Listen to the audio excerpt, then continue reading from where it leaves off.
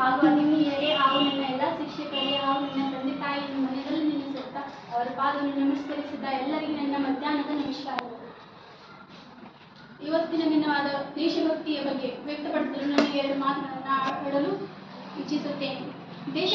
ದೇಶಭಕ್ತಿ ಎಂದರೇನು? ದೇಶಭಕ್ತಿ ಎಂದರೆ ನಾವು ನಮ್ಮ ದೇಶದಲ್ಲಿದ್ದ ಯಾವುದೇ ಸೈನಿಕನು ತನ್ನ ಮನೆಯನ್ನು ಕಾಯಿಸದಲ್ಲೇ ತಾವು ದೇಶದ ಒಬ್ಬ ನಾಗರಿಕ ವ್ಯಕ್ತಿ ಅಂತ ತಿಳ್ಕೊಂಡು ನಾವು ದೇಶದ ಬಗ್ಗೆ ಭಕ್ತಿಯನ್ನು ಮಾಡ್ತೇವೆ. ಅದೇ ದೇಶಭಕ್ತಿ. ನಾವು ಖಾಲಿ ಮನೆಯವರಿಗಾಗಿ ಸೀಮಿತವಿಲ್ಲ, ಮನೆಯನ್ನು ಕಾಯುವುದಕ್ಕಾಗಿ ಸೀಮಿತವಿಲ್ಲ. ನಾವು ಒಂದು ದೇಶದ ನಾಗರಿಕರಿದ್ದೇವೆ ಹಾಗೂ ಆ ದೇಶದಲ್ಲಿ ನಾವು ಕಾಯ್ತೇವೆ. ಒಂದು ಸಂದರ್ಭ ಬಂದರೂ ಕೂಡ ನಾವು ಕೂಡ ಆ ದೇಶದ ಗಡಿಯನ್ನು ಕಾಯ್ತೆಂಬ ನಮ್ಮ ಸ್ವಾವಲಂಬನೆಯನ್ನು ನಾವು ಹೊಂದಿರಬೇಕು. ದೇಶ ಸ್ವತಂತ್ರವಾಗಿದೆ ಅಂದ್ರೆ ಸುಮ್ಮನೆ ಒಂದು ಮಾತಿನಿಂದ ಸ್ವತಂತ್ರವಾಗಿಲ್ಲ. ಅದರ ಹಿಂದೆ ಸಾವಿರಾರು ಅನೇಕ ಜನರ ಸಾವಿದೆ. ಅವರು ತನ್ನ ಪ್ರಾಣವನ್ನೇ ಮಡಿಬಿಟ್ಟಿ ಅಲ್ಲಿ ನಮ್ಮ ರಕ್ತದ ನದಿಗಳನ್ನು ಹರಿತಿದ್ದವು. ಆದರೂ ಕೂಡ ಅವರು ತನ್ನ ಪ್ರಾಣವನ್ನೇ ಅಂಜದೆ ಮನೆ ಮುಂಬಟ್ಟಲ್ಲೇ ನಮ್ಮನ್ನು ಸ್ವತಂತ್ರವನ್ನು ಕೊಟ್ಟು ಹೋಗಿದ್ದಾರೆ. ಆ ರಾತ್ರಿವಾದ ಆ ಪುಣ್ಯವರಾದ ಅವರನ್ನು ನಮಗೆ ಆ ರಾತ್ರಿ ಸಂದರ್ಭದಲ್ಲಿ ಆಗಸ್ಟ್ 14 ಮಧ್ಯರಾತ್ರಿಯಲ್ಲಿ 1947ರಲ್ಲಿ ಅವರು ತಮ್ಮ ಪ್ರಾಣವನ್ನು ಮುಡಿಪಟ್ಟಿ ನಮಗಾಗಿ ಸ್ವಾತಂತ್ರ್ಯವನ್ನು ತಂದುಕೊಟ್ಟಿದ್ದಾರೆ.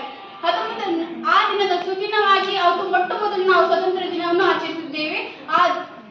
ಆಚರಿಸಿದ ಮೇಲೆ ನಾವು ಇವಾಗ ಆ ದಿನದ ಸುದಿನವಾಗಿ ಸೈನಿಕರಿಗಾಗಿ ನಾವು ಪ್ರತಿ ವರ್ಷ ಆಗಸ್ಟ್ 15ರಂದು ಸ್ವಾತಂತ್ರ್ಯ ದಿನಾಚರಣೆ ತುಂಬಾ ಸಂತೋಷ ಹಾಗೂ ಸಡಗರದಿಂದ ನಾವು ಆಚರಿಸ್ತಾ ಬಂದೇವೆ.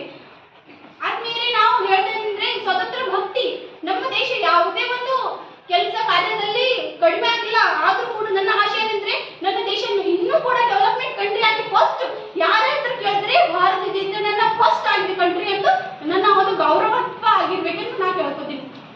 ನಮ್ಮ ಭಾರತ ದೇಶ ಏನಂದ್ರೆ ಪ್ರತಿಯೊಂದು ಜನಸಂಖ್ಯೆಯಲ್ಲಿ ಮುಂದಿರಬೇಕು, ಪ್ರತಿಯೊಂದು ಕಾರ್ಖಾನೆಯಲ್ಲಿ ಮುಂದಿರಬೇಕು, ಪ್ರತಿಯೊಂದು ಸಂಸ್ಥೆಯಲ್ಲಿ ಮುಂದಿರಬೇಕು. ನಮ್ಮ ಭಾರತ ದೇಶವನ್ನು ಒಂದು ಸಂಸ್ಕೃತವಂತ ದೇಶ, ಒಂದು ಪುರಾಣವಂತ ದೇಶವಾಗಿರಬೇಕು. ಹಲವು ನಾಯಕರು ಇಲ್ಲಿ ಚೆಲ್ತಾ ಇದ್ದಾರೆ. ಹಲವು ಅಂಬೇಡ್ಕರ್, ನಮ್ಮ ಇಲ್ಲಿ ಬಸವೇಶ್ವರರು, ಅಕ್ಕಮಹಾದೇವಿಯರು, ಹಲವರು ಇವರು ವಚನಕಾರರು ಕೂಡ ನಮ್ಮ ದೇಶವನ್ನು ಸಂಸ್ಕೃತಿಯನ್ನು ಹೆಚ್ಚುಪಡಿಸಿದ್ದಾರೆ.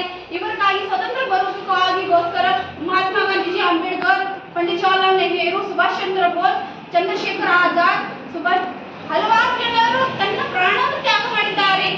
ಸುಭಾಷ್ ಚಂದ್ರ ಬೋಸ್ ಏನ್ ಹೇಳ್ತಾರೆ ಅಂದ್ರೆ, ನೀವು ನಮಗೆ ರಕ್ತ ಕೊಡಿ, ನಾನು ನಿಮಗೆ ಸ್ವತಂತ್ರ ಕೊಡ್ತೇನೆ. ಅದರ ಅರ್ಥವೇನೆಂದ್ರೆ ನೀವು ನನ್ನ ಇಲ್ಲಿ ಜೊತೆ ಆಗಿರುವಿ. ಒಬ್ಬರು ಕೆಲಸ ಮಾಡಿದ್ರೆ ಯಾವುದೇ ಕೆಲಸವನ್ನು ಸಕ್ಸಸ್ ಆಗೋದಿಲ್ಲ.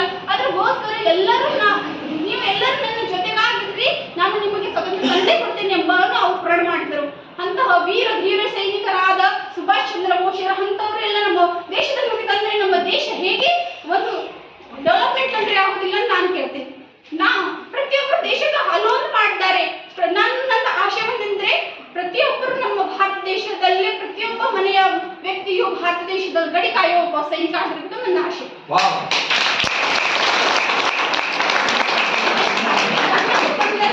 ಸಂದರ್ಭ ಬಂದರೆ ನಾನು ಕೂಡ ಬಂದು ನನ್ನ ಸಂದರ್ಭ, ನನ್ನ ಎಷ್ಟೇ ಆಗಲಿ ವಯಸ್ಸಾಗಲಿ ಎಷ್ಟೇ ಆಗಲಿ, ಸಂದರ್ಭ ಬಂದರೆ ನಾನು ನನ್ನ ಗಡಿ ಪ್ರದೇಶದಲ್ಲಿ ನಾನು ಎದೆ ಹಿಕ್ಕಿ ನನ್ನ ಯುದ್ಧವನ್ನು ಮಾಡ್ತೇನೆ ಅಂತ ನನ್ನಿಂದ ಆಗಿದೆ.